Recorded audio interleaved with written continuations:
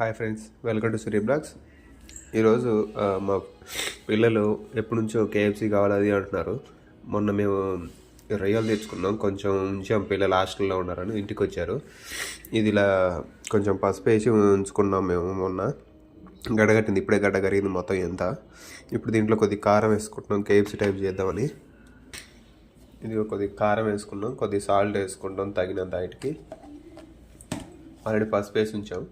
కొంచెం ధనియాలు కూడా అవి ఉన్నాయి కదా, అవి వేసుకుంటాం. మన దగ్గర అన్నీ ఉండవు కదా, అంటే కేఎఫ్సీ టైప్లో అక్కడ వాళ్ళకి ఉండవు, మసాలా ఉండదు కాబట్టి గరం మసాలా అవి కలుపుకున్నాం మామూలుగా. అంటే ఇంట్లో నూరుకుంటాం కదా అన్నీ కలిపి, సాజీరా ఇవన్నీ కలిపి. అది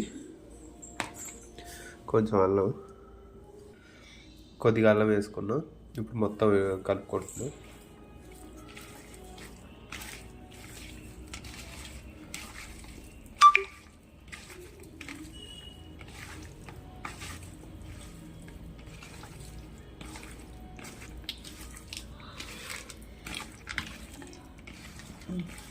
ఇలా కలిపి ఒక 5 to 10 minutes అలా ఉంచుకుందాం. ఆల్రెడీ కూలింగ్ ఉంది వాటికి పీసెస్కి.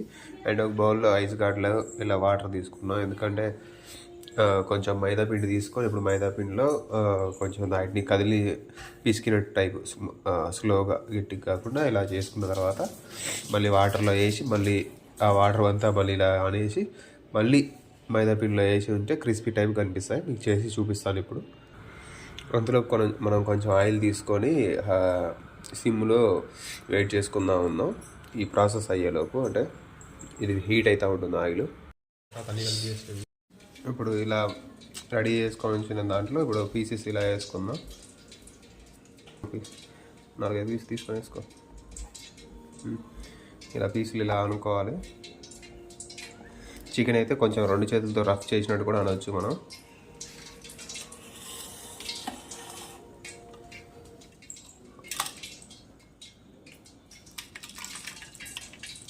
మామూలు చిన్నలు గిన్నెల టైప్లో తీసుకోండి మీరు.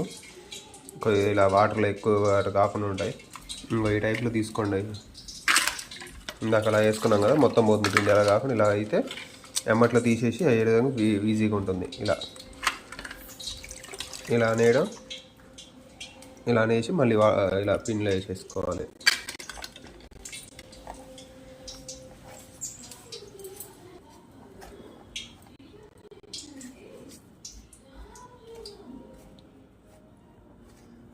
ఇది వచ్చి బ్రెడ్ది మొత్తం పొడి ఉంటుంది కదా, ఈ క్రిస్పీ కోసం.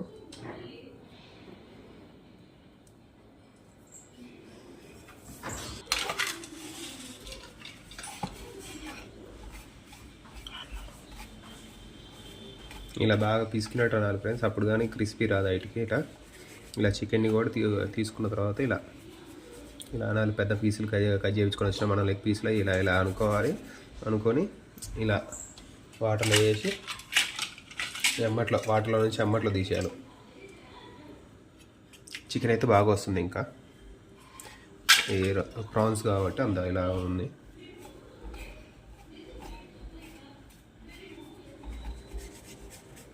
ఇలా ఏంటంటే రబ్ చేయడం వల్ల క్రిస్పీనెస్ వస్తుంది చికెన్కి. రొయ్యలకి అంత రాదు.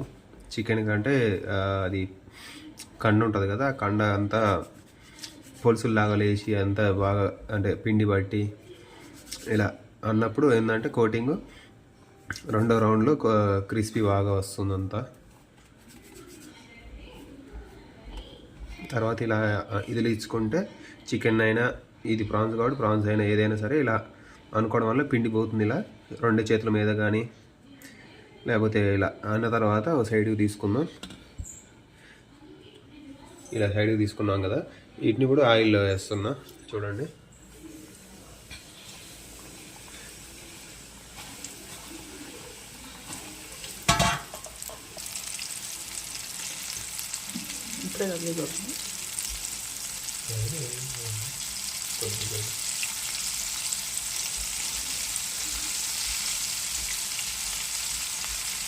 చికెన్ అయితే ఇంకా బాగా క్రిస్పీ వస్తుంది. చూడండి, పీస్ కనిపిస్తుంది కదా మీకు. ఇది ప్రాన్స్ కాబట్టి కొద్దిగా తక్కువ క్రిస్పీ అనిపిస్తుంది. చికెన్ అయితే ఇంకా బాగా క్రిస్పీ వస్తుంది. ఇప్పుడు నేను చూపించిన విధంగా అలా అంటూ ఉంటే ఇది చూడండి. ఒకసారి మళ్ళీ చూపిస్తాను మీకు. ఇలా వేసుకున్న తర్వాత పిండిలో, మైదా పిండిలో ఇలా రబ్ చేయాలి. చికెన్ అయినా దీన్ని అయినా బాగా, అంటే గట్టిగా కాకుండా మరి ఈ నలిగిపోతాయి రొయ్యలు కాబట్టి కొద్దిగా చిన్నగానే అంటున్నాను. చికెన్ అయితే ఏం నలిగిపోదు, అదే ఏంటంటే ఊడిపోదు. ఇలా అనడం వల్ల పైన పొలుసులు అంత చర్మం ఉంటుంది కదా, అది లేచుద్ది కొద్దిగా. దాంట్లో పిండి బట్టి కొద్దిగా క్రిస్పీ వస్తుంది బాగా. ఇలా అనుకున్న తర్వాత మళ్ళీ ఇలా వేసుకోవాలి. ఇలా వాటర్ లేకుండా మళ్ళీ తీసేసుకున్న తర్వాత మళ్ళీ ఎమ్మట్లు ఇందులో వేసుకొని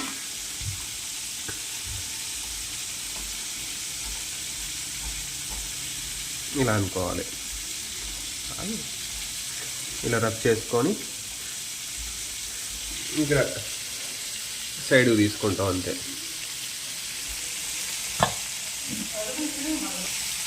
మొత్తం ఇది ఒకటి ఉడికిందో లేదో చూసుకోండి. ఎమ్మట ఉడుకుతున్నాయి, అంత ఉండదు. చికెన్ కొంచెం అదే పాప్కార్న్ టైప్ అనుకోండి, ఒక 5 to 10 minutes పడుతుంది. 5 minutes మ్యాక్సిమం. రొయ్యలు కూడా అంతే, ఆయిల్లో కుకింగ్. పెద్ద పీసులు అయితే ఏమో ఒక 15 నిమిషాలు అలా పడుతుంది, మన ఇంట్లో ఆయిల్ కాబట్టి. వాళ్ళ దగ్గర వచ్చేసి ఒక టైమర్ ఉంటుంది, టైమర్లో 12 minutes పెట్టుకుంటారు వాళ్ళు.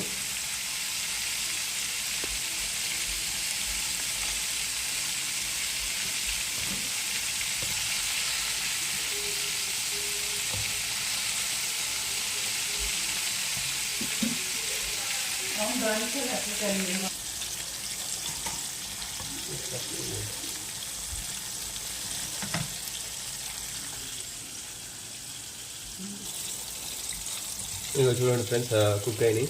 ఇప్పుడు తీసేసుకుంటున్నాను ఇంకా పక్కకి. ఒక 10 కూడా చూసాం అది.